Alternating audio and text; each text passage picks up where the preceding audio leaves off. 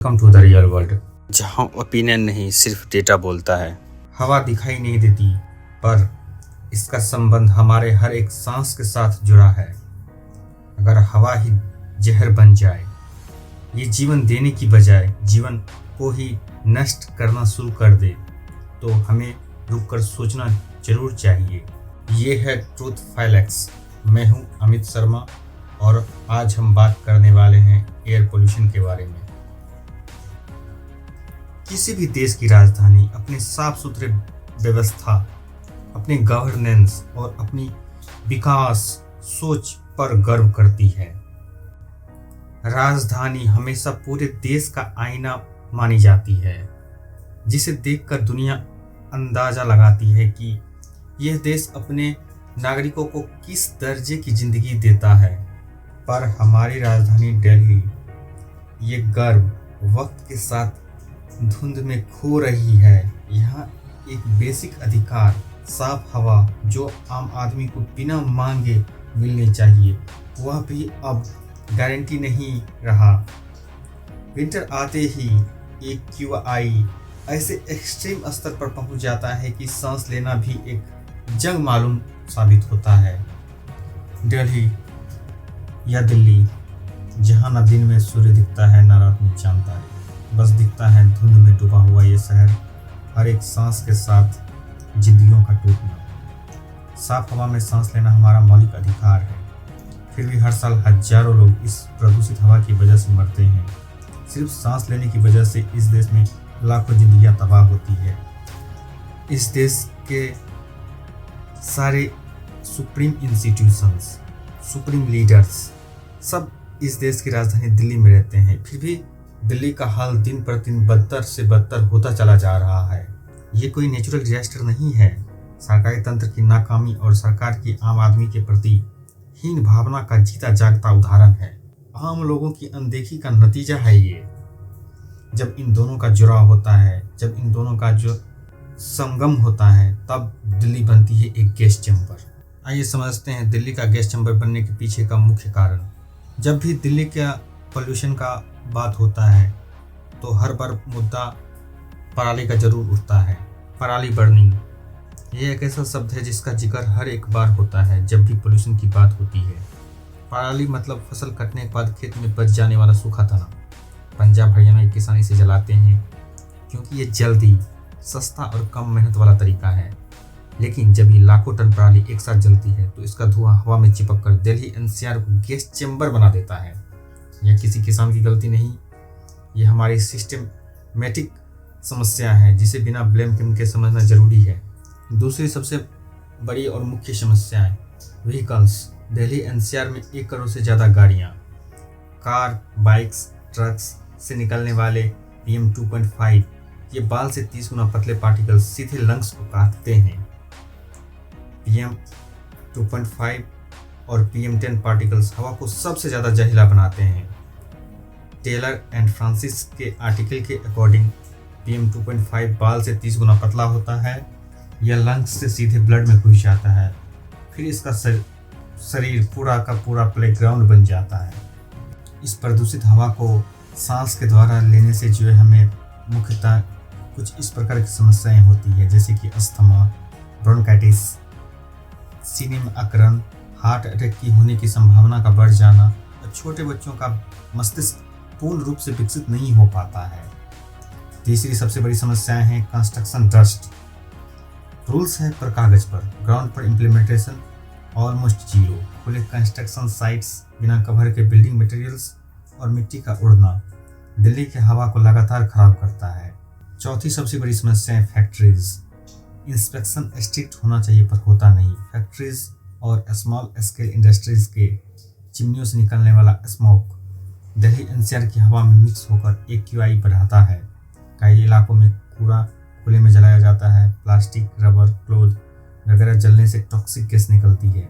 जितना ज़्यादा urban density उतनी ही ज़्यादा ट्रैफिक, उतनी ही वेस्ट एनर्जी का यूज होना, ये सब पोल्यूशन को मल्टीप्लाई करते हैं। कुछ पावर प्लांट से निकलने वाला एमिशन दिल्ली की हवा को कंट्रीब्यूट करता है, खासकर सर्दियों में। सबसे महत्वपूर्ण बिंदु, विंटर में हवा नीचे दब जाती है।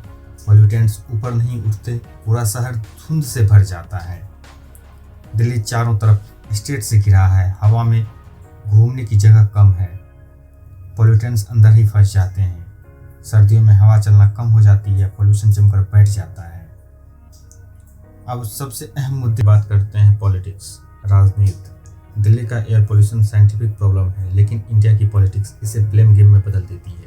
और जब साइंस और पॉलिटिक्स टकराते हैं तो हवा में जहर बढ़ता है और समाधान पीछे हटता है। दिल्ली की हवा किसी अर्थक्वेक, सुनामी या भगवान की देन से खराब नहीं हुई है। ये बर्बादी इंसानों ने की है, और सबसे ज़्यादा बर्बादी उन लोगों ने की है जो कुर्सी पर बैठे हैं और दावा करते हैं कि वे जनता की सेवा कर रहे हैं। सच ये है कि दिल्ली का पोल्यूशन एक सिस्टम की लाश है जो सालों पहले मर चुका है, बस उसके ऊपर राजनीति का मेकअप चढ़ा दिया गया है। हर साल वही कहानी। दिल्ली गैस चैम्बर बनती है, लाखों लोग खांस खांस कर पीटते हैं और सरकारी टीवी पर आकर एक दूसरे की तरफ उंगली उठाती रहती है। कभी सेंटर कहता है स्टेट में कमी है, तो कभी स्टेट कहता सेंटर जाके तो काम हो। पंजाब कहता हमारे किसान मत छेड़ो, हरियाणा कहता हमसे क्या मतलब। और इस लड़ाई में, इस खींचातानी में हवा में जहर बढ़ता रहता है और जनता धीरे धीरे मरती रहती है। दिल्ली की हवा का हाल किसी अनाथ बच्चे जैसा है। हर कोई कहता है हमारी रिस्पॉन्सिबिलिटी नहीं है। ये गवर्नेंस नहीं, सीधा सीधा अपमान है, और अपमान है जनता का। समस्या ये नहीं कि समाधान नहीं है, समस्या यह है कि सरकारों को समाधान से ज़्यादा पॉलिटिक्स पसंद है। उन लोगों की सांसों से ज़्यादा अपने प्रेस कॉन्फ्रेंस प्यारे हैं। उन्हें एक यूआई कम करने से ज़्यादा अपने मीम्स, स्पीचेस और एडवर्टाइजिंग कैंपेन्स प्यारे हैं। उसकी इन्हीं हरकतों की वजह से ये समस्या दिन पर दिन बद से बदतर होती चली जा रही है। उनके लिए हवा समस्या नहीं, उनके लिए जनता समस्या है, क्योंकि जनता सवाल पूछती नहीं, और इस देश में सवाल पूछना सबसे बड़ा अपराध माना जाता है। दिल्ली में लोगों की सांसें टूट रही है और सरकारें हवा का इलाज नहीं कर रही। हकीकत में लोग ही हवा के हवाले छोड़ दिए गए हैं। एयर पोल्यूशन उनका प्रायोरिटी है ही नहीं, उनकी प्रायोरिटी बस इतनी सी है, कुर्सी, पीआर, वोट बैंक। और इसलिए हम अभी भी उसी जगह खड़े हैं जहां 10 साल पहले थे।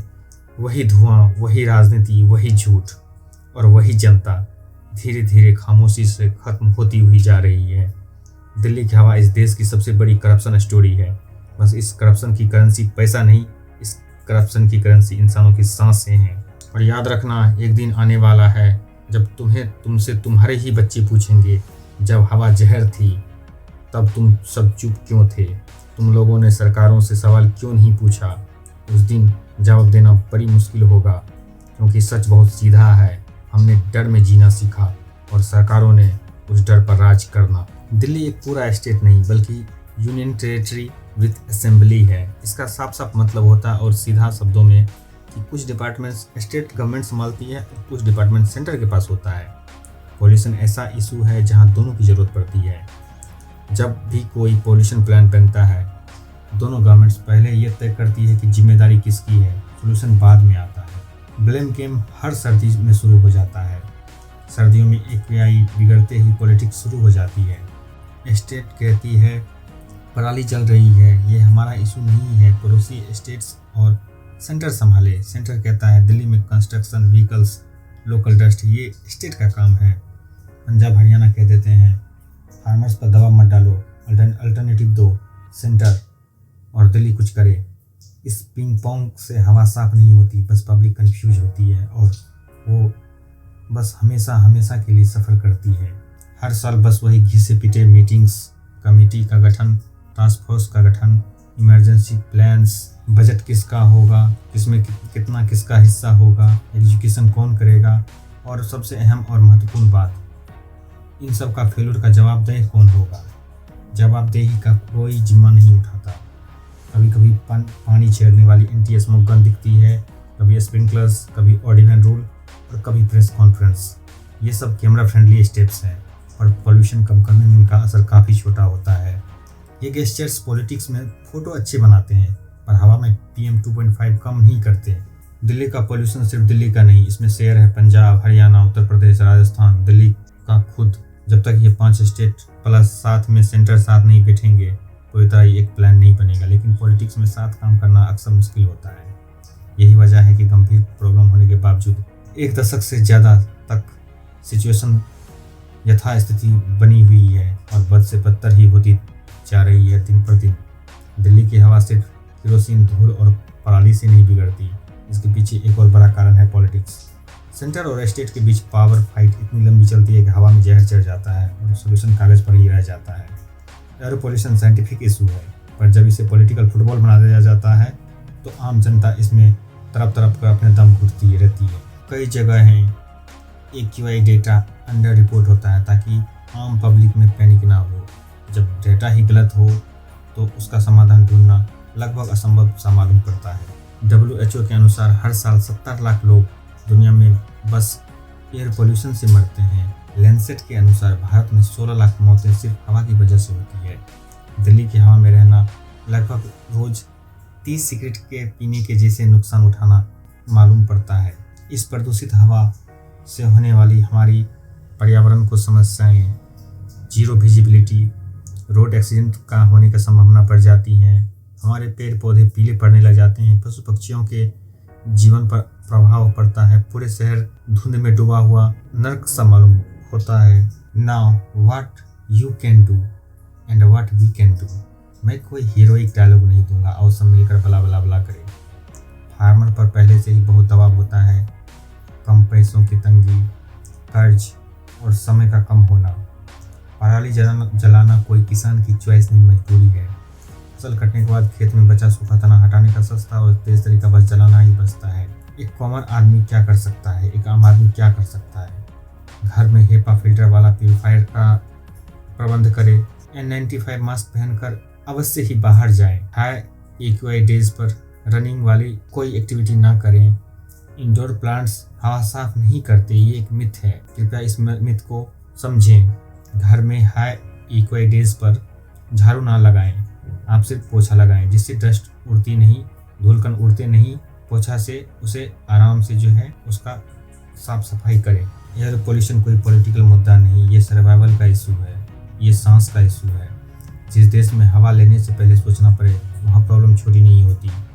यह वीडियो आपको डराने के लिए नहीं था, यह सच दिखाने के लिए था। मैं हूं अमित शर्मा और ये था ट्रूथ फैक्ट्स का एपिसोड। मिलते हैं अगले ट्रूथ फैक्ट्स के एपिसोड में। धन्यवाद।